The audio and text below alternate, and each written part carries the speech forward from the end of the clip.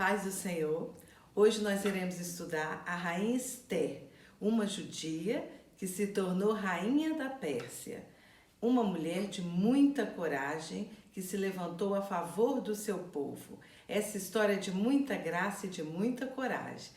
Então corre, pega o seu caderno, sua caneta, sua Bíblia e vem comigo!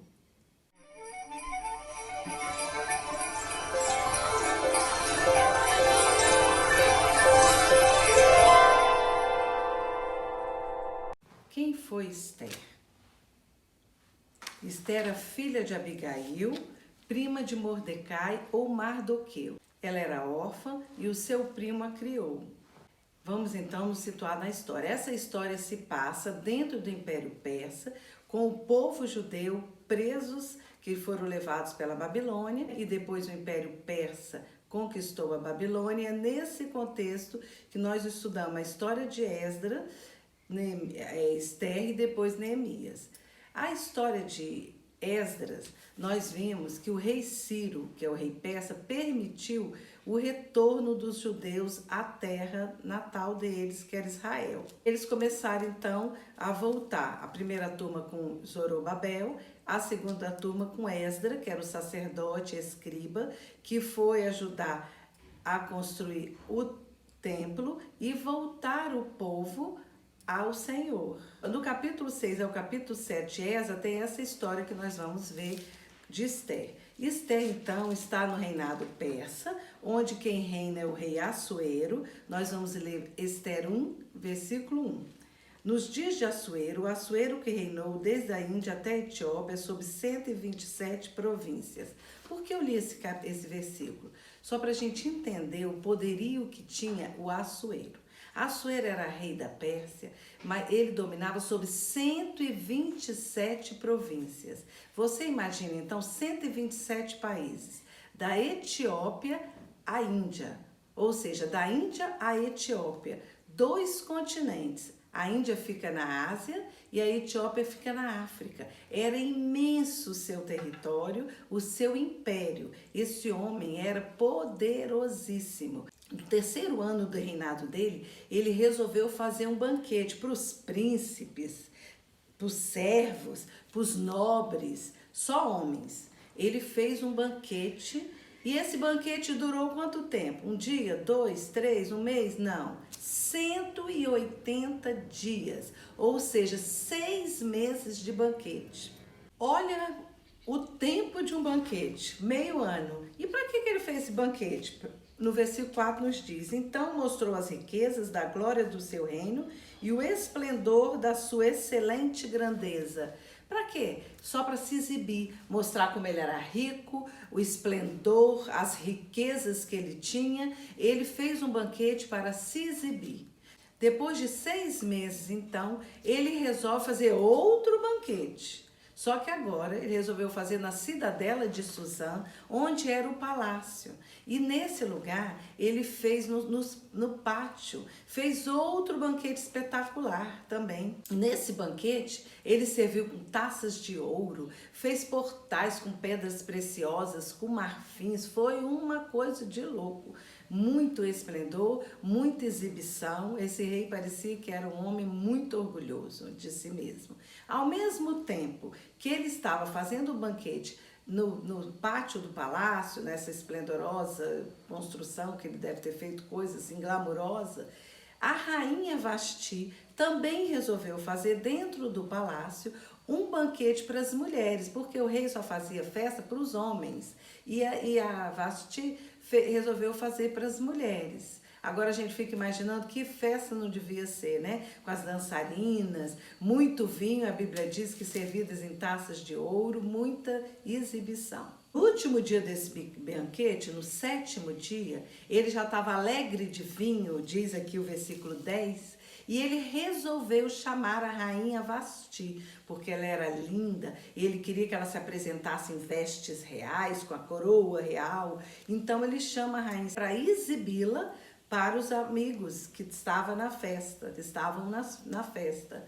A rainha Vasti simplesmente disse que não ia e não foi. O rei ficou então humilhado perante todo mundo. E ele então foi consultar os sábios do reino para ver o que ele fazia diante dessa atitude da rainha. No versículo 16, os sábios orientam o rei dizendo o seguinte: olha, rei, ela não só humilhou o Senhor, eu acho que você deve afastá-la, destituí-la de rainha e colocar outra pessoa no lugar de Vasti. Ele então gostou da ideia, destituiu Vasti de rainha e convocou no reino um edito dizendo que todas as moças virgens do reino seriam candidatas a serem rainha. Aqui no versículo 21, ele diz assim: o conselho pareceu bem tanto ao rei como aos príncipes, e fez o rei segundo a palavra de Memucã. Ele então fez isso, fez um edito, mandou por todo o reinado, falando que as moças virgens teriam que apresentar-se a ele para ele escolher uma pessoa que ficaria no lugar de Vasti. Mardoqueu ouve essa história, vê que tem uma sobrinha linda, muito educada, falou: ele vai gostar de Esther. E manda Esther entrar na fila que estava sendo feita uma triagem por um dos eunucos do rei.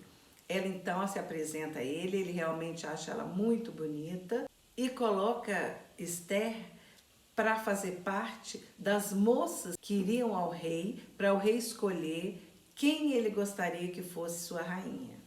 Eu quero ler o 12, que é interessante, a preparação das moças, que elas não foram de qualquer jeito, elas levaram um ano se arrumando, se perfumando, se preparando para o rei.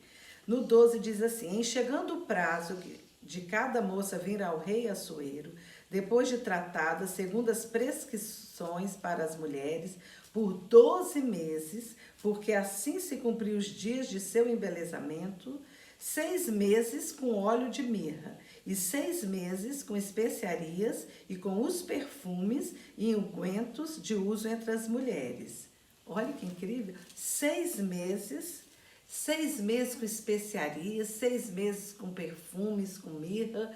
Então ela ficou um ano se preparando. Cumprindo o prazo, ela se apresentou, todas as moças se apresentavam ao rei. Ficava de manhã até a noite com o rei. O rei então tinha relacionamento sexual com as moças e aquela que ele gostasse, ele separaria para sua esposa. No versículo 16 nos diz assim: assim foi levada Esther ao rei Assuero, à casa real, no 10º mês, que é o mês de Tebete, no 7º ano do seu reinado. O rei amou a Esther mais do que a todas as mulheres, e ela alcançou perante ele favor e benevolência mais do que todas as virgens. O rei pôs-lhe na cabeça a coroa real e a fez rainha em lugar de Vasti.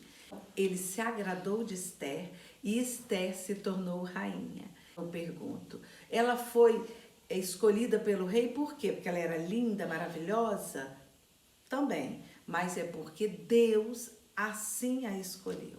Deus sabia o porquê Esther tinha que ser rainha. Esther também não declarou que povo ela era, nem a sua linhagem, porque o seu primo Mordecai pediu para ela para não revelar ao rei. No versículo 2, de 21 a 23, tem uma história interessante. Mordecai estava às portas do palácio e ele ouviu 2 empregados, Bigtã e Teres, confabulando contra o rei em matá-lo. Leva ao conhecimento de Esther o que estava acontecendo. O rei manda investigar, realmente tinha 2 empregados dele que queriam matá-lo e ele mandou executá-lo. Isso nós vamos guardar, que vai ter uma certa relevância mais à frente. No capítulo 3 tem a história que Assuero resolveu engrandecer Amã, seu primeiro-ministro. Ele gostava muito dele e colocou-o acima de todos os príncipes. Todo mundo então tinha que se inclinar quando Amã passava. Somente Mordecai não se inclinava. Alguns empregados, vendo, começaram a fazer uma fofoca. Foram a Amã e disseram: olha, tem entre nós um homem que não se inclina quando você passa, porque ele é judeu. E aí aqui no versículo 6, a parte B, diz assim: porque lhes havia declarado de que povo era Mordecai, por isso procurou Amã destruir todos os judeus, povo de Mordecai, que havia em todo o reino de Assuero. Quando Amã soube que Mordecai não se inclinava a ele e ainda que era judeu, ele resolveu destruir todos os judeus de dentro do Império Persa. Aí eu te pergunto, por quê? Nós vamos ver que em 1 Samuel 15, nós estudamos já na história de Saul, que Saul desobedeceu a Deus. E o que Saul fez? Deus tinha mandado ele destruir todos os amalequitas. Homens, até homens, mulheres, que todo, e nem pegar o despojo. Mas o que Saul fez? Saul, além de não destruir todo o povo, ainda trouxe vivo Agag, que era o rei dos amalequitas, e trouxe o melhor das ovelhas. Nós já estudamos tudo isso. Deus, então, veio o profeta Samuel, repreendeu Saul na época, mas essa história, o que aconteceu? Esse Amã, ele era um agagita. Ele era descendente dos amalequitas. Então essa história que Saul queria destruí-los e não conseguiu destruir todos, passou de geração a geração ódios dos agagitas contra os judeus. Quando ele soube que Mordecai era judeu, ele resolveu não só matar Mordecai, e sim toda a raça de Mordecai, que eram os judeus. Nós vamos ler agora, de 8 a 11, o que Amã faz. Então disse Amã ao rei Assuero: existe espalhado, disperso entre os povos de todas as províncias do seu reino, um povo cujas leis são diferentes das leis de todos os povos e que não cumpre as leis do rei, pelo que não convém o rei tolerá-lo. Se bem parecer ao rei, decrete-se que sejam mortos, e nas próprias mãos dos que executarem a obra, eu pesarei 10.000 talentos de prata, para que entre nos tesouros do rei. Então o rei tirou da mão o seu anel, deu-o a Amã, filho de Amedata, agagita, adversário dos judeus, e lhe disse: essa prata seja tua, como também este povo, para fazeres dele o que melhor for de teu agrado. O rei deu o anel dele, e a gente sabe que todo decreto persa selado com o anel do rei era irrevogável. O que Amã faz? Ele faz um decreto, sela com o anel do rei, ainda dizendo o dia, o mês, a hora, o momento que todos os judeus seriam mortos.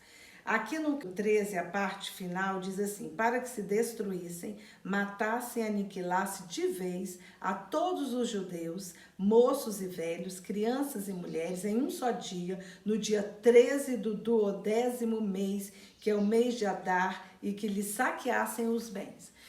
Do 10º mês, eles iriam destruir todos os judeus, da criança ao mais velho, homem e mulher, todos. E podiam ainda saquear todos os bens dos judeus. Foi decretada a morte de todos os judeus no reino, no Império Persa. Nós vamos ver no capítulo 4 que Mordecai, quando sabe do decreto do rei, fica desesperado, se veste de pano de saco, vai para a porta do rei, fica deitado lá, o povo todo chora. Ele está lá na praça, na frente do Palácio Real, na porta. Quando ela soube que ele está lá, todo de saco, vestido de saco, se humilhando, ela não entende o que está acontecendo, manda os empregados ir lá ver com Mordecai o que está acontecendo. Ele então conta tudo, manda avisá-la o que está acontecendo, conta tudo, diz do decreto, manda o decreto para ela ler e pede para ela para interceder pelo rei. Ela manda avisá-lo que o rei não tem chamado ela, tem tempo, e que não podia uma rainha apresentar-se perante o rei sem que ele tivesse chamado. Se ela fizesse isso, ela tinha duas sentenças: ou ela era morta na hora, ou ele estendia o cetro, dizendo que aceitava aquela, vamos dizer assim, intromissão de aparecer na frente dele sem ser chamado. Ela então fala isso para o Mordecai, e ele manda uma resposta para ela, que é interessante lermos, que está no versículo, no 4, 13 e 14. Diz assim: então lhes disse Mordecai que respondessem a Ester: Não imagines que por estares na casa do rei, só tu escaparás entre todos os judeus, porque se de todo te calares agora, de outra parte se levantará para os judeus socorro e livramento, mas tu e a casa de teu pai perecereis. E quem sabe se para conjuntura como esta é que não foste levada a rainha? Então ele fala, agora a gente começa a entender por que Deus botou uma judia como rainha persa. Nesse momento, então ele fala, quem sabe não é por isso que Deus te permitiu se tornar rainha? Responde a ele no 15:16, que é interessante, nós vamos ler também. Então disse Ester que respondesse a Mordecai, vai, ajunta todos os judeus que se acharem em Susã e jejuai por mim e não comais, nem bebais por 3 dias, nem de noite, nem de dia. Eu e as minhas servas também jejuaremos. Depois irei ter com o rei, ainda que é contra a lei. Se perecer, pereci. Suas palavras revelaram enorme fé e coragem. Ela passou do medo à entrega e à fé, da hesitação à confiança e à determinação. Da preocupação com sua própria segurança, ela passou à sobrevivência do seu povo, a pensar nele. Nesse momento, ela não estava como uma rainha persa, ela estava como uma judia. A gente lembra nesse momento de Moisés, que teve também um momento desse.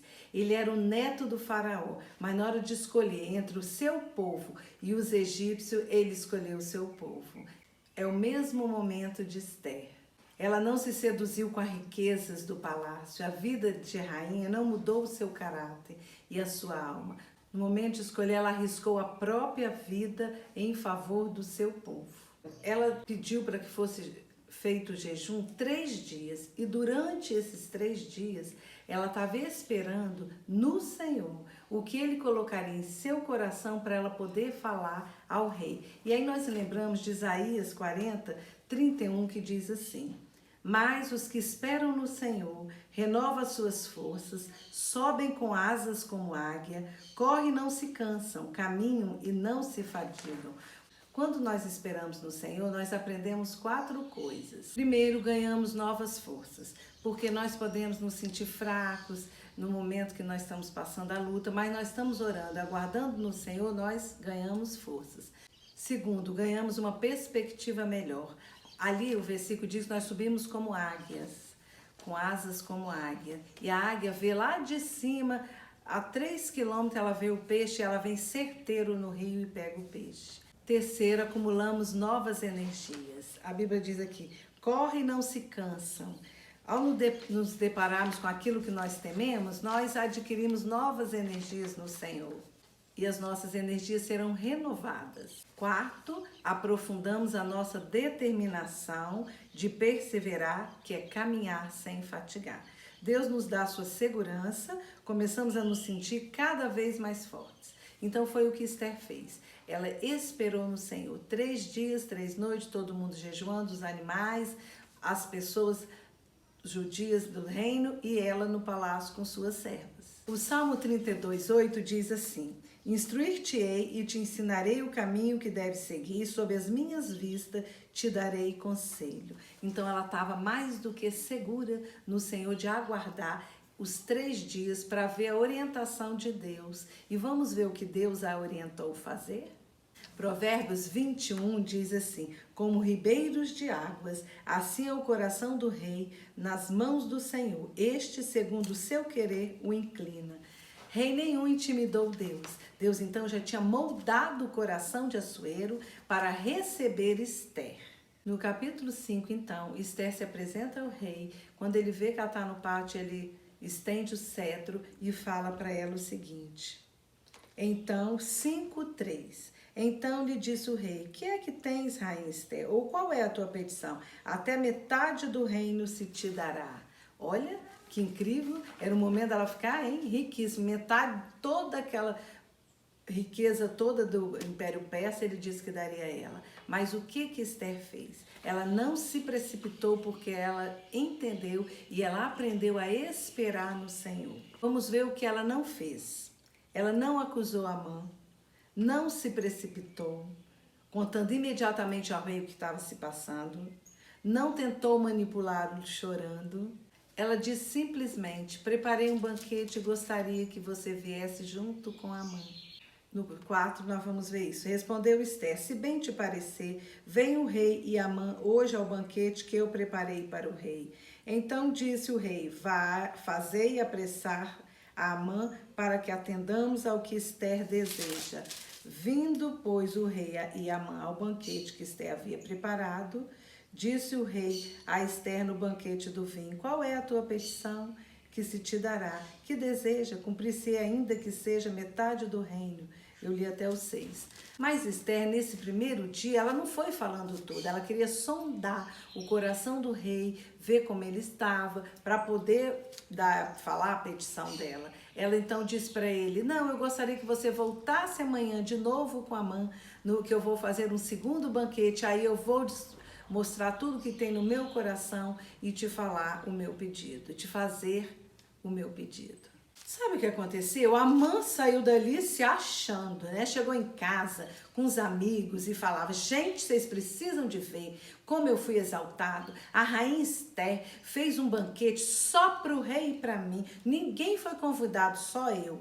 E contando e se vangloriando, e ainda disse assim: ai, mas a única coisa que ainda não está totalmente para me deixar super, hiper alegre é que esse Mordecai ainda está vivo. Eu gostaria que ele já tivesse morto, que a minha alegria seria completa. Aí a esposa dele tem uma infeliz ideia. Fala para ele: meu bem, faça uma forca, enforque logo esse Mordecai e volte ao banquete amanhã, todo feliz e contente. Ele então passou a noite inteira mandando os servos dele fazer uma forca imensa e no dia seguinte ele iria para o rei pedir para enforcar Mordecai.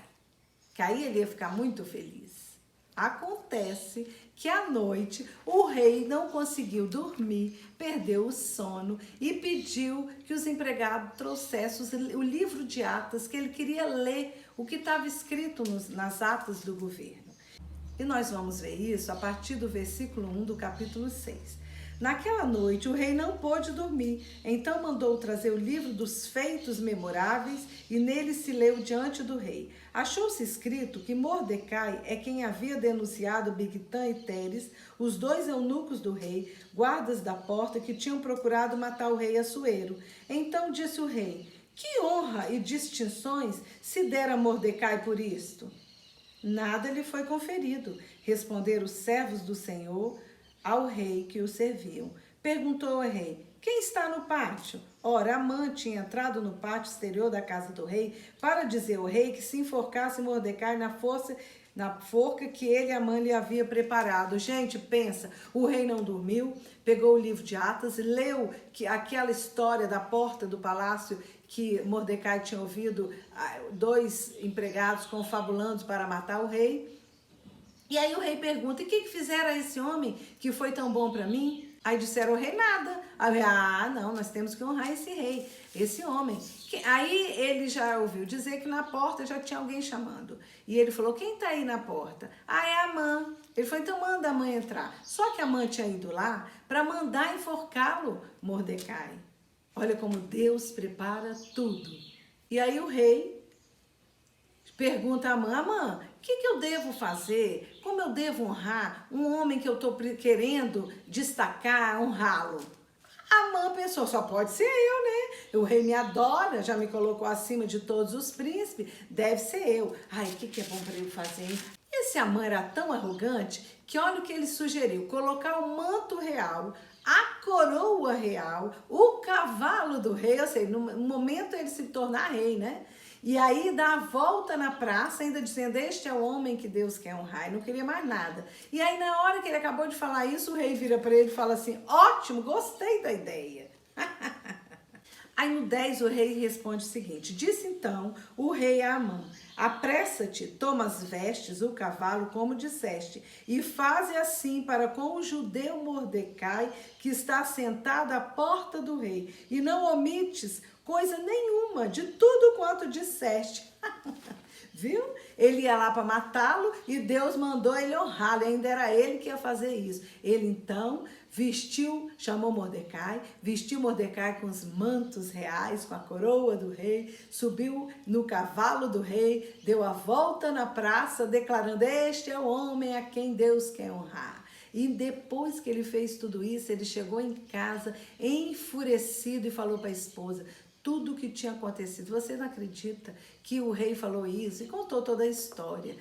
A mulher dele pegou e falou assim: olha, se ele já está sendo honrado pelo rei, é descendência de judeu, eu acho que você já começou a cair diante dele. E chegaram os eunucos e levaram Amã para o palácio da rainha, para o segundo banquete da rainha. Nós vamos ler no capítulo 7, o versículo 3 até o versículo 8, a parte B do versículo 3, tudo que se sucedeu no banquete da rainha.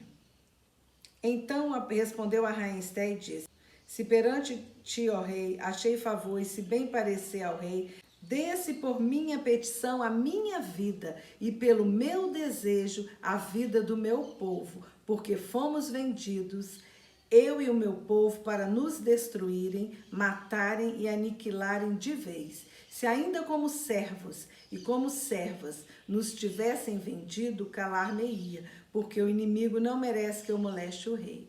Então falou o rei Assuero e disse à rainha Esté: quem é este e onde está esse cujo coração o instigou a fazer assim? Respondeu Esté: o adversário, o inimigo, é esse mau Amã. Então Amã se perturbou perante o rei e a rainha. O rei, no seu furor, se levantou do banquete do vinho e passou para o jardim do palácio. Amã, porém, ficou para rogar por sua vida a rainha Esté, pois viu que o mal contra ele já estava determinado pelo rei.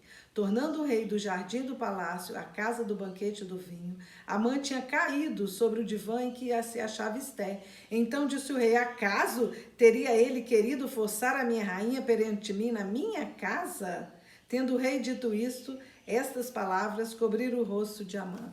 O rei, quando ouviu isso, que ela pediu a vida dela e a vida do povo dela, não entendeu nada. Ela explica que é Amã e o que ele tinha feito. O rei saiu enfurecido, foi lá para fora para respirar. Quando ele volta, Amã, desesperado, suplicando a Esté, caiu por cima de Esté no sofá. Quando o rei chega, está aquele homem em cima da mulher dele e fala: o que? Ele ainda quer abusar da minha esposa perante mim? Ele já cobre a cabeça, já leva e sabe que a sentença já está decretada contra Amã. Viu que quer se levantar contra o povo de Deus? Neste momento, Deus tinha preparado Esther para estar no lugar certo, na hora certa e no momento certo. E sempre aparece aqueles que ainda querem botar fogo na fogueira, né? Chegou um cara e falou para o rei: olha, rei, o Amã fez uma forca de 50 côvados para matar Mordecai, aquele que o senhor honrou ontem, falando que ainda mostrou para o senhor que tinha 2 homens que queriam conspirar, que conspiraram contra o senhor. E o rei não titubeou, falou: enforca Amã nele. E Amã foi enforcado na forca que ele fez para enforcar Mardoqueu.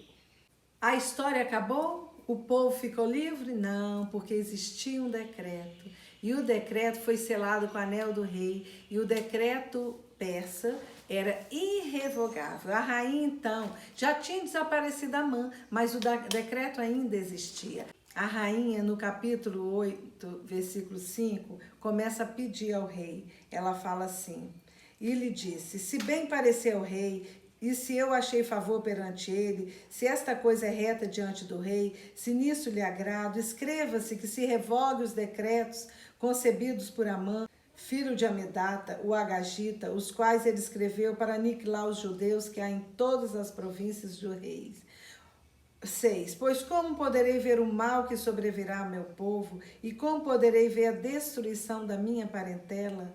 O rei explica à rainha que não pode ser revogado, mas que ele daria o anel para ela e Mordecai bolaram um decreto em cima daquele decreto existente. Mordecai e Esther, então, fazem um decreto, chamam os sátrapas, fazem um decreto, e no decreto diz o seguinte, que no dia da guerra, todos os judeus estariam autorizados pelo rei, se defenderem dos ataques. E que eles podiam saquear os bens e quem entrasse e levantasse contra eles, eles se uniam e ainda deu armamento, deu tudo para o povo. Imagine o que aconteceu então no reino. Existia um decreto dizendo que era para eles matarem os judeus. Eles acabaram de descobrir que a rainha era judia e que o rei tinha autorizado, fez outro decreto autorizando todos os judeus a se defenderem, ainda recebeu do governo o armamento, então eles iriam se defender e ainda iam saquear, todo mundo se levantasse contra eles. Aí eu te pergunto, muitas pessoas se fizeram judias para não ter que agredir os judeus. Ah, não, eu sou judeu. Muitos. Por quê? Quem é que queria matar o povo da rainha? Ninguém.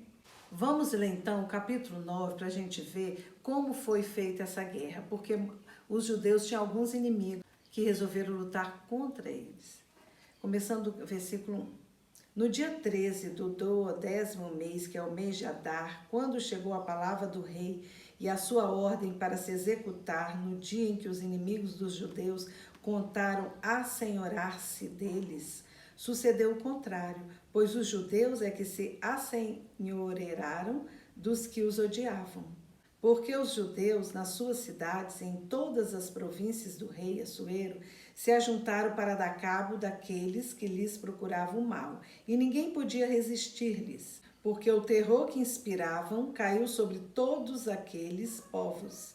Todos os príncipes das províncias, e os sápatras, e os governadores, e os oficiais do rei auxiliavam os judeus, porque tinham caído sobre ele o temor de Mordecai.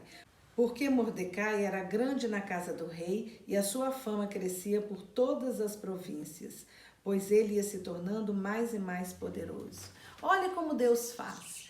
Quando eles foram guerrear, os judeus estavam preparados, estavam sendo ajudados pelos príncipes a pregar por todo o reino. Então eles venceram e eles não pegaram os despojos como o rei tinha autorizado pegar. Eles só se defenderam. No versículo 13 e 14, acontece uma coisa muito estranha. Esther pede para os 10 filhos de Amã, que já estavam mortos, serem enforcados na forca do pai. Aí eu pergunto, mas se eles já estavam mortos, para que enforcá-los? Ela queria mostrar para todo mundo que esses homens e o seu pai, o que eles simbolizavam, jamais seriam permitidos novamente no reino. Esther é uma história de triunfo que emergiu da tragédia. Êxtase em vez de agonia e comemoração em vez de devastação. Deus mudou tudo. E por que Deus fez isso? Esther, nós vimos que foi uma mulher valorosa, usada por Deus para salvar o seu povo. Se Esther não tivesse feito isso, o povo judeu não teria sobrevivido. E não teria acontecido a história de Neemias, que foi 30 anos depois da história de Esther. O povo judeu estava vivo, respeitado em todo o Império Persa. 30 anos depois, aparece Neemias como copeiro do rei, que vai retornar também para Jerusalém para reconstruir os muros. O que nós podemos aprender com Esther? Primeiro, não pensou só em si mesma, ela era uma mulher altruísta. Nesse momento, ela pensou no povo dela. Segundo, procurava o bem-estar do seu povo. Terceiro, ela creu que Deus não ia abandoná-la, como realmente não abandonou. Quarto, trabalhou pela prosperidade de todo o povo de sua raça. Terminamos aqui mais um estudo de Esther. Muito importante, mulher valorosa, mulher simples, incrível, como ela se dedicou ao seu povo, não deixou subir a cabeça o seu cargo e foi usada poderosamente por Deus. Se você gostou desse estudo, dê um joinha, inscreva-se no meu canal, ative o sininho, que quando eu colocar um novo estudo, você será notificado. Vamos então orar. Querido Deus, estamos diante de Ti. Nesse momento, Pai, nós pedimos, clamamos ao Senhor que nós possamos ser um divisor de águas, fazer diferença em nossa geração. Nós vimos nesse estudo como o Senhor usou uma escrava e a tornou rainha, porque o Senhor tinha um propósito em conservação de vidas, conservar a vida do teu povo. Senhor, que esse estudo, ó Pai, gere fruto de arrependimento nesse coração que me ouve, que haja cura de alma, meu Deus e meu Pai. Toma essa pessoa em tuas mãos, meu Pai, e que faça uma obra grande, imensa nesse coração, que ela possa ser usada poderosamente, essa pessoa possa ser usada pelo Senhor para ganhar vidas, ó Deus, aumentar o teu reino. Pai, nós nos colocamos em tuas mãos, agradecendo por esse estudo tão lindo. Guarda-nos e livra-nos de todo o mal. Nos dê tempos bons sobre a terra, nos dê paz e tranquilidade, em nome de Jesus. Amém. Até o próximo estudo, que será o último de que nós iremos estudar dessa série do Antigo Testamento, que é o personagem Neemias.